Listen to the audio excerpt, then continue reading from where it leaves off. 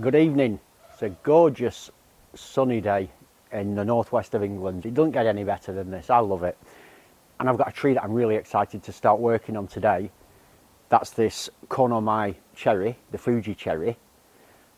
And I've got something later. It's a project that I've been waiting, well, I'd love to say years, but I haven't realistically. But I've been searching a long time to find this specific tree for me to start working on, and I can't wait. But that's for a future video. I'm going to show you something about that a bit later. But let's get started on this tree. As I say, it's a Fuji Cherry. I picked this up from a garden centre about 2 months ago.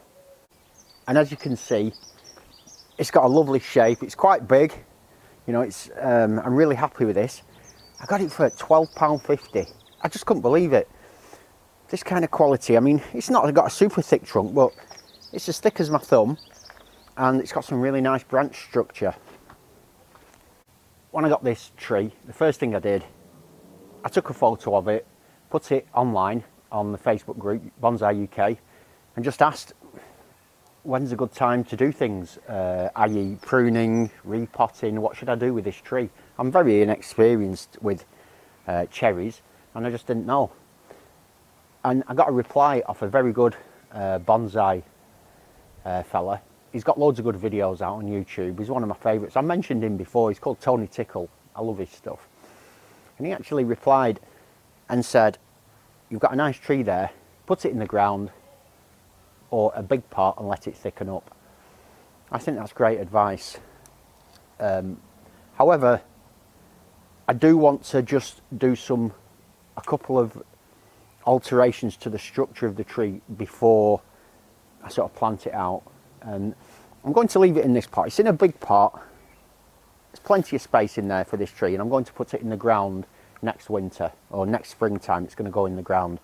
But in that meantime, as I say, I want to do some work to this just so that there's not big problems down the line that I have to deal with. I may as well deal with them now. So I've zoomed in here to show you this structure. As I say, it's got a nice trunk, divides into two. I like how this goes into two there, so it's sort of dividing.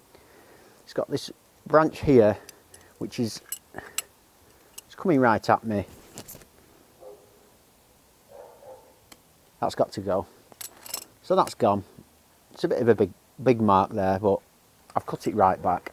And I'm going to save this piece to make a cutting. I'll just remove that little bit there. Now, this is the real problem.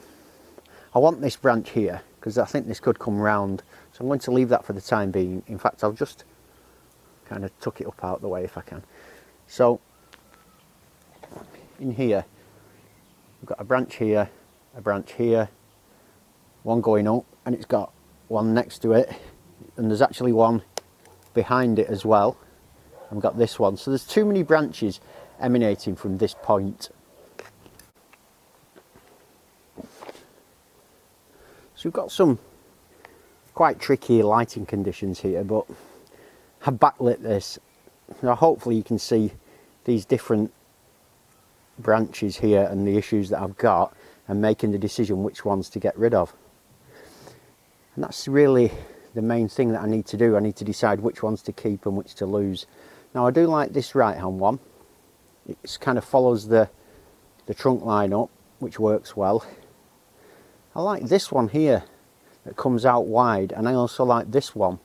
I can't keep both of these. One's got to go. And because the back one is the higher one is slightly thinner, I'll remove this lower branch. And it's just a simple question of, here we go. Gone. And that's quite a lot. It's about 20% of the tree gone there.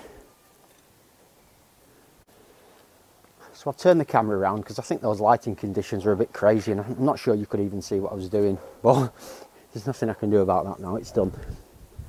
So that's the branch that's been removed here. I'm happy with that. But I've got these branches up here, and there's just too many. Something's got to go. And I like this one that comes out of the back.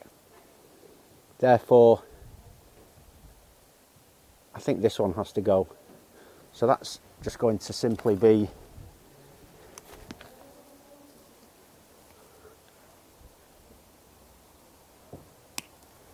removed. And again, I'm keeping that for a cutting.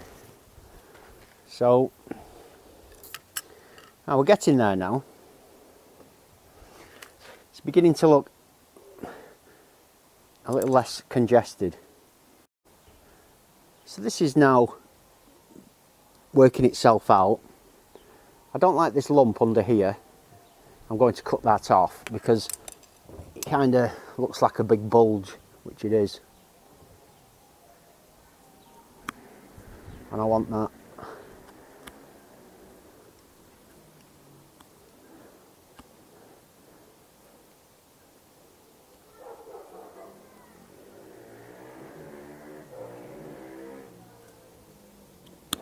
There we go, that was the one. So that's really cleaned this line up. It's made the cut a little bigger. But seeing as this is going to be growing now for at least 2 or 3 years in the ground, I'm not concerned because that will heal, I'm sure. Now that that's done, I need to turn the tree around.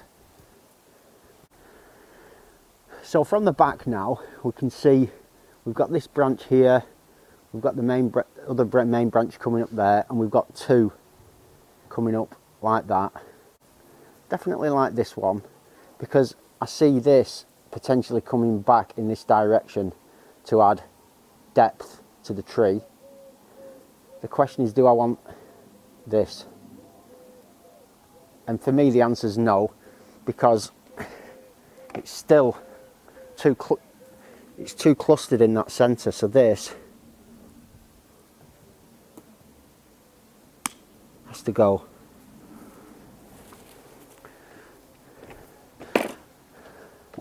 So we're getting there now. That's looking a lot better. So looking from the front now, I'm really happy with this, but I believe this section here can still just be cleaned up a little bit more like that. That's perfect. Happy with that. Now, this is fine. A branch coming from lower down, a bigger one here, and a small one coming here, which kind of will come out towards the back. That's great. The only thing left to do now is just to clean up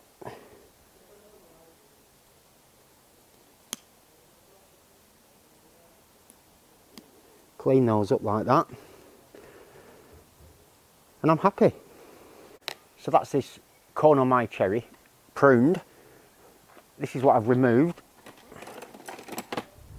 So I've removed maybe a quarter, something like that, 25%, 30% of the foliage, which is absolutely fine. And it means now that when it goes in the ground next year, and as it grows through this year and thickens up, starts developing, those problems have already been kind of dealt with, and it'll be much easier in the future. And it also gives these wounds a couple of years to heal. Speaking of which, what I will do is add some cut paste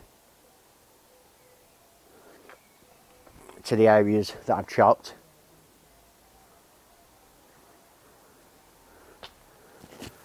Just to help them heal and stop any disease getting into the tree. And I'm really happy with that. I'm not going to do anything higher up because that can all be done later. It's the lower stuff that I think I needed to work on. And now what I shared at the beginning of the video is this project. I think this is going to be a cracker. I'm going to turn the camera around and show you what I got yesterday. Round we spin. And here we go. Look at that. A gorgeous Acer palmatum altipurium. You can see the size of it. It's not far off me. I'm 6'4", and this is in my dreams. And it's got a cracking thick base. I'll show you now. So take a look at this base. Gorgeous. I don't know what the Nabari's like yet. I've not checked that out.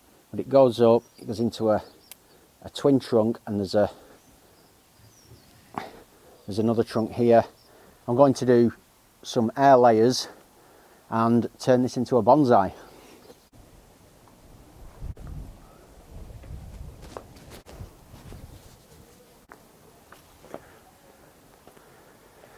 So as always, thanks for joining me. Really enjoyed that today, having a prune with me Fuji Cherry, and hopefully getting it in shape to produce something decent in the future. But I'm most excited about this. I'm going to take cuttings off this. I'm going to do air layers on the trunk to produce 3 separate trees, and then obviously I'm going to turn the main trunk into a multi-trunk bonsai in its own right. That's the plan anyway.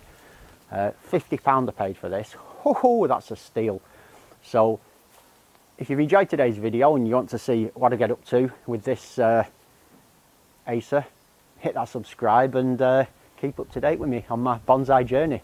But whatever the case, it's a lovely evening. I've enjoyed being out, and thanks for joining me. I'll see you soon.